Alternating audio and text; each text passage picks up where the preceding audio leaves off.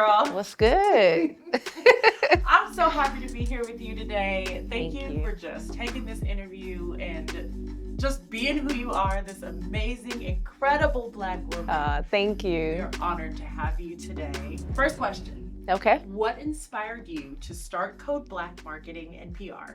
And what gap in the industry were you aiming to fill? If I'm being honest, I was pissed. I was very angry. I worked for a couple of agencies and I did a really great job with like performance and increasing client revenue. And I worked for one specific company that had a headhunter come and find me from another company I was working for. And around the George Floyd time, it was like a lot going on and the CEO was consulting me about what should they say to the company and all these things. And shortly after, I got casted for a show on Netflix. And I asked for 60 days off, unpaid, just so I could go and film. And they told me that I would need to resign. And at that moment, I was one of the very few Black people working at the company. And I just knew at that point, you know, having very quality Black talent was gold. And I felt extremely undervalued at that moment. And that was originally where the idea of leaving to start Code Blk came from.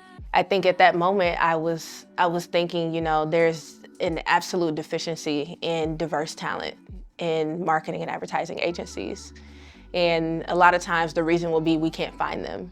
And so when I started Code Blk, I just wanted to find them and use them. Everybody's creativity and the culture and just the ability to connect across multiple different types of people and brands.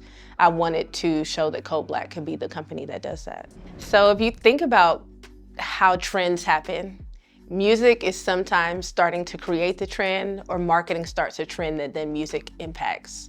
And so in a lot of ways, when we're thinking about commercial production or we're thinking about even our post-production videos and that content that comes out, everything wants a feeling. And music a lot of times drives a lot of feeling for how brands relate to their audiences. I think there's a lot of different plays on that same concept when it comes to how you think about marketing and the strategies that we create.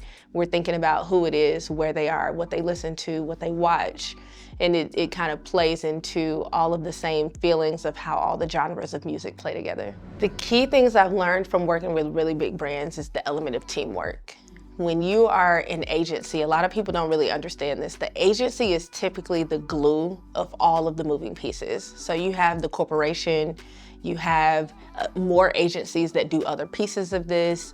You have so many departments, and the agency is typically bringing forward some form of a creative idea that then has all of these moving pieces that are impacted by that. And so, especially working with a conglomerate like McDonald's, we had the corporation, we had owner-operators, and then we had, you know, our team at the agency level, and even being able to present ideas to that massive group and try to get everybody to align on the same vision, whether it's messaging, whether it's creative ideas, whether it's us presenting a website. You know, I'm really challenging everybody to think about how one piece affects the other. And I think that is really the biggest thing when you're working with these really large brands is there's so many pieces and they have to go together. And so even down to the granular level, when we're working with smaller clients or bigger clients, you know, that same theory has to apply. I would have to say, and this kind of ties back to music, so this is a great question. When I first moved to Houston, they were like, Chynell, the McDonald's co-op in Houston, the Houston region, needs to feel more relatable to Houston. And first of all, I don't know Houston yet. I just got here and I'm just like a very outside perspective looking in. And I'm looking around just on a very basic level, kind of like, okay, Houston has a lot of art and culture. Houston has a lot of slang and like style, swagger, you know? And I was like, you know, why don't we do a very cultured campaign that uses language like trill, chopped and screwed.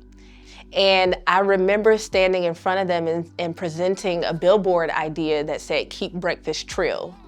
And I had to also defend why trill was the right word because it was true and real. And they were talking about the whole fresh cracked eggs that they were using now. And I was like, you know, the breakfast is trill.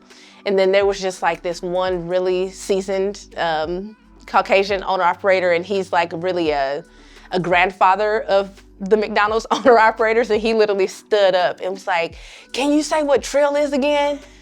And I was like, "Trill is like true and real put together." And he was like, "Oh, okay, I think I like it." And he sat down and the billboards went up. They went up, and I think everybody's fear was like, McDonald's is gonna seem like they're pandering. But what actually happened is the opposite of that. The Houston Chronicle ran a story that was like, who at McDonald's like understands Houston culture, and like people took pictures of the billboards. And that's where I just feel like authenticity sells above anything else. Nobody knew that that was me or me leading that project behind the scenes, but I think that was the most nerve-wracking moment where I have to tie in entertainment and culture to an actual campaign that they're paying a lot of money for. These billboards are all over, and that is not cheap.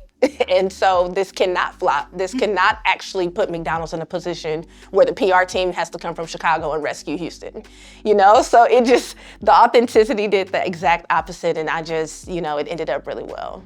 This is, you know, honestly, I could say this has been God too. Some of, you know, I'm not doing this work by myself. You know, my business partner and I, we came together with an idea, and then in order to execute, we had to find people.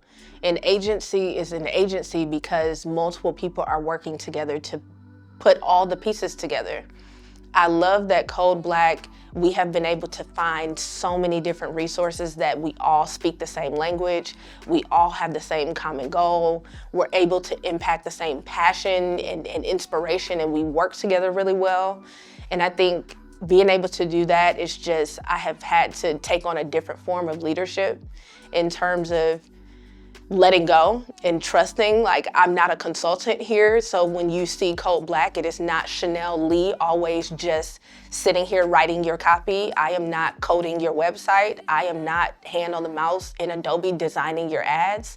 But I have been able to trust that, you know, the team has their expertise on their parts. And, you know, you only get better when you allow people to make mistakes. And so I've had to really be okay with Code Blk making mistakes as well. But it's made us also be a really great executing well-oiled machine. You've really got to walk to the beat of your own drum. And you have to be confident when you walk it, when you meet people and you have ideas, you speak up at the table. There were a lot of times very young in my career, and I'm so thankful that I had Black women mentors that were senior partners on the account that just were like, let Chynell present. Like, Chynell, what are your thoughts? And they called on me, and that made me very confident to even start thinking, you know, on my own, because when you wait for people to tell you what to do, you're only doing what they want you to do. And so I was very empowered, and I would just suggest that when you have ideas, you speak up, think through them, don't just throw anything out there, but really think through your ideas and creatively present them. Make connections in the industry. Like, there are so many people who don't have degrees. The degree is not gonna save you. You really have to make connections with people, be on time, like stand by your work. Don't wait for somebody to find error, you know, in what you're doing. You look for ways that you can improve. If you're writing copy, you know, study great writers, study great brands who you see their copy, even their social media captions, their magazine ads. I know we're moving out of a more traditional marketing space, but that stuff really still drives a lot of the marketing and advertising industry. Also, don't become too dependent on artificial intelligence. I know we're moving into this whole tech kind of world, but when it comes down to people needing humans to be able to think creatively and evoke feeling, which is where we are now in authenticity, you have to be able to spark those ideas somewhat on your own. And that's gonna come from real human experience. And so I just think lean on your real human experiences for your ideas, make those authentic connections, and be very confident whenever you're walking into spaces.